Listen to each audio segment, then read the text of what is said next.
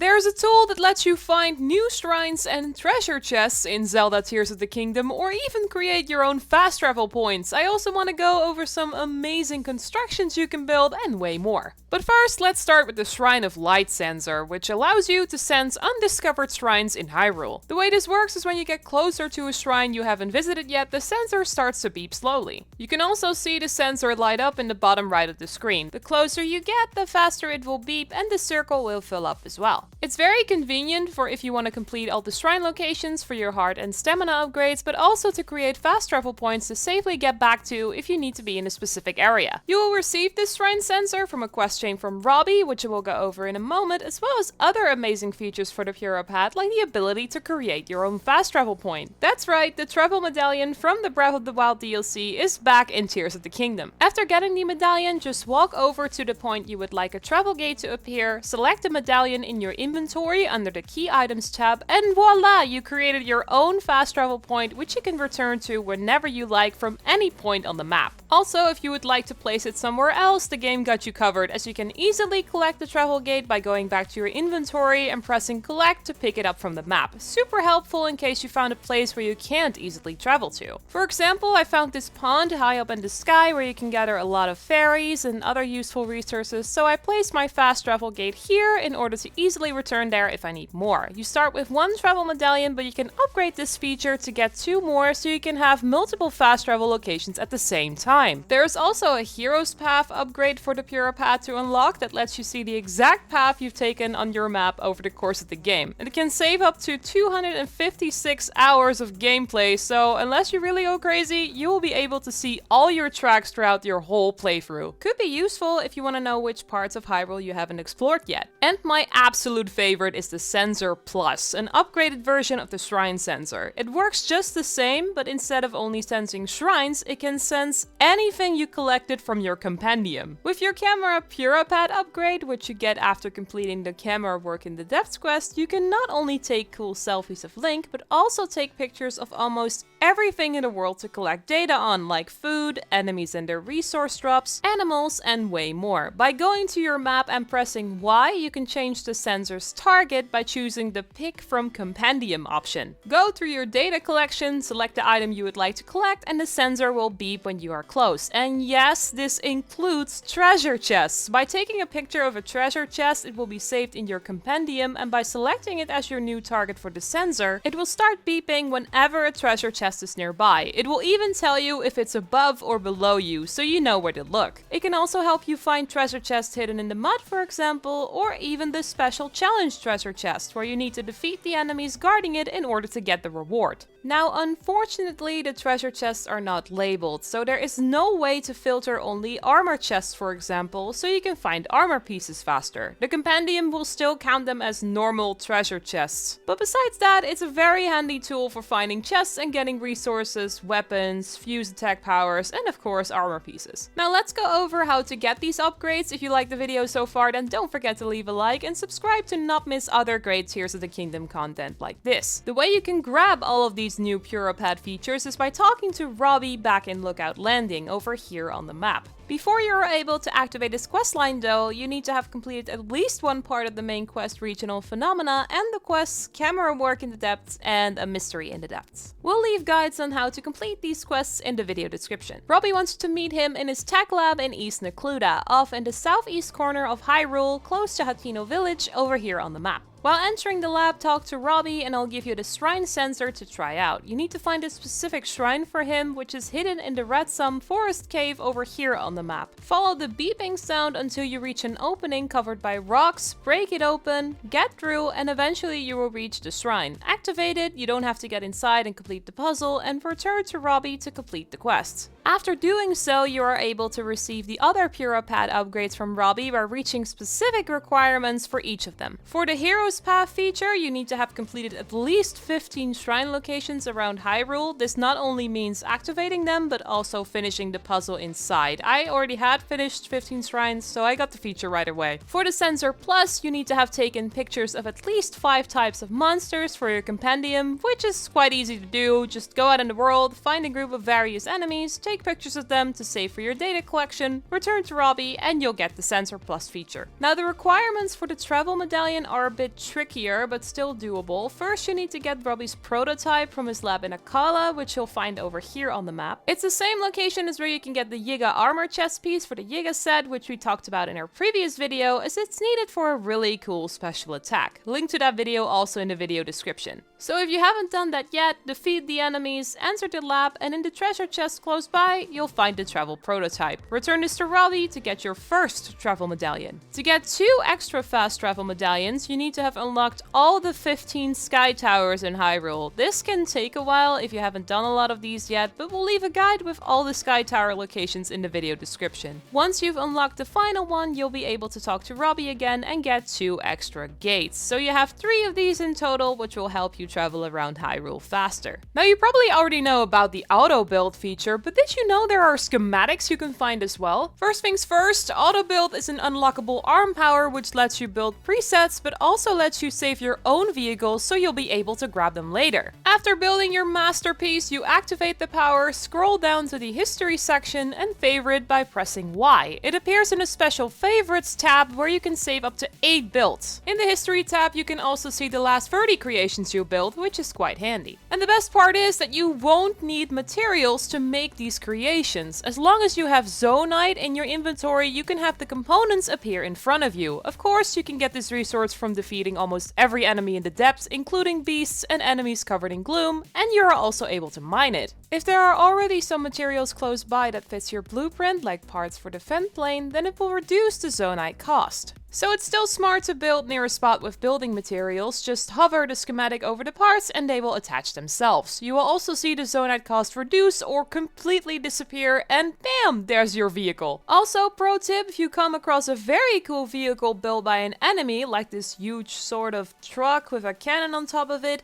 normally you can't just save it with Autobuild. However, by adding a random part to the vehicle with your arm power, the Autobuild does count it as your own build, so you can easily favorite and take it with you. Just don't forget to take the part you added off before using it if it's not an improvement. Next to vehicles you can find in the world and of course build yourself, there are also schematics to collect that lets you create pre-made builds. To find these, you need to get the Autobuild arm power that I mentioned earlier, and we will share a link to a guide on how to unlock it for if you don't have it yet in the video description. Once you get it, you can look for these schematics, and one that can easily be found while exploring the surface is for the beam cycle, a sort of motorbike with a gigantic laser at the front to damage enemies while driving through Hyrule. It's really satisfying and the speed is average. You gotta be careful around hills though, but on straight roads you should be fine to cruise around. You can find this near the Forest of Spirits and the Great Plateau, which is over here on the map. You will find an opening to a cave hidden behind a wall of leaves. Crawl through it and make your way down. Eventually you'll encounter a pool of water, which apparently heals you when you jump into it. Interesting detail. But we want to go past the pool, down this hole, where we will find a steward construct. By interacting with the mighty bananas in front of the construct, you will encounter some enemies who were prepared for your arrival. Defeat them, interact with the construct, and they will give you the beam cycle schematic. Now, most schematics can be found by returning to the depths. We want to follow a side adventure that should have been activated automatically while completing the A Mystery of the Depths quest, which is the one where you receive the Autobuild power. The title is a bit spoilery, so we won't show it on screen, but you should be able to find it in your side adventure log. By completing the first quest, you can get a schematic for a Hovercraft vehicle, which will let you hover on the road instead of driving on wheels. It's quite fast, but it doesn't work on water though, which is kind of a shame. You can find it in the southwestern corner of the depths in the abandoned Gerudo mine over here on the map. Now you can take the official route to this location by following a set of statues, which will take a while, speaking from experience, so it's easier to just jump into the depths from this chasm north of Gerudo town, which puts you close to your destination. Also, if you come across a light route on your way over there, make sure to grab it as a fast travel point before continuing. After reaching the location, a boss fight will start, defeat them, and afterwards talk to the steward's construct close by to receive the Hovercraft schematic. The farther you get into the side quest, the tougher the boss fights will be, so keep that in mind while going on this adventure and gathering the next schematics, but they will be worth it. Like this bolt boat, for example. If you ever need to cross a river or a big lake and don't want to create a raft again, this boat with a steering wheel will come in handy. It is quite fast and it will take you to the other side of the water in no time. I think my most used schematic is the hot air balloon, which you'll get at the end of the Mystery of the Depths quest that can take me to high to reach places in an instant. You will of course need some sort of firepower to let the balloon go up in the air like a flame emitter, but it helped me out in a lot of situations to get to a Skyview tower, for example. And we shouldn't forget about the fan plane, the first schematic you'll receive after getting the Autobuild power, which in my experience I created from scratch a ton of times already, but it's nice to have a preset so you don't have to move the materials around that much in order to get it to work properly. But of course you can always build your own amazing vehicles and save them in your Autobuild guide. Unfortunately there is no option to share your builds with others, but maybe that will be available in the future. If you found any cool schematics or incredible vehicle builds, let us know in the comments below. Subscribe to miss nothing on anything Tears of the Kingdom, a like on this video would really help us out, and check out our previous video on other amazing finds you can get in the game by clicking on the screen. Thanks for watching and we'll see you in the next one. Goodbye!